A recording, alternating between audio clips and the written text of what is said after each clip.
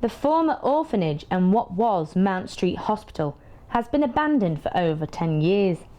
The hospital was opened by Maria Holland in 1877 and 2 years later she set up the orphanage.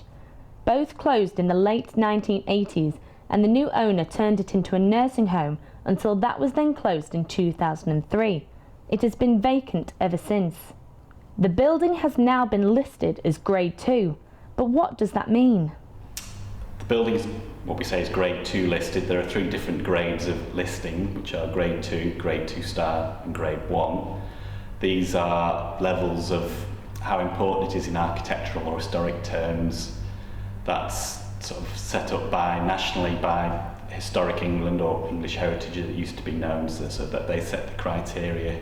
So most listed buildings are Grade 2, about 5% are Grade 2 star, and I think it's probably only 2% of listed buildings are actually Grade 1.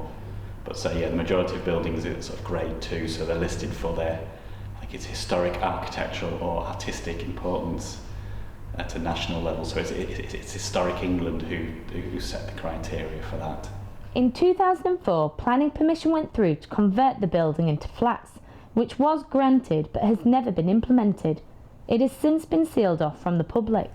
Because there's been problems with vandalism and people getting into the building, the owner has taken quite strong attempts to sort of seal the building, as it were.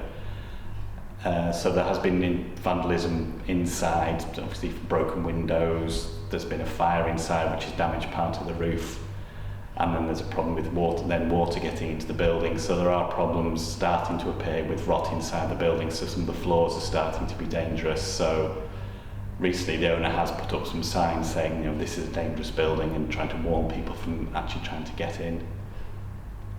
So 12 years on, what are the next steps? Well, the next steps are, thankfully, we've received money from the government and their agency called the Homes and Communities Agency, who are charged with delivering new homes across the country. So we have funding from them as part of a project called Housing Zone, which is a national project that Preston's been awarded funding for. We've appointed architects, a company called Buttress based in Manchester, who are specialists in dealing with historic buildings.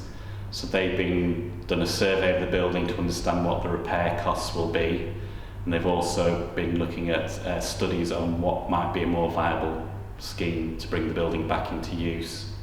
Now we're due to get those reports off Buttress at the end of this month, and then we want to sit down again with the owner and go through what the options are for bringing the building back into use.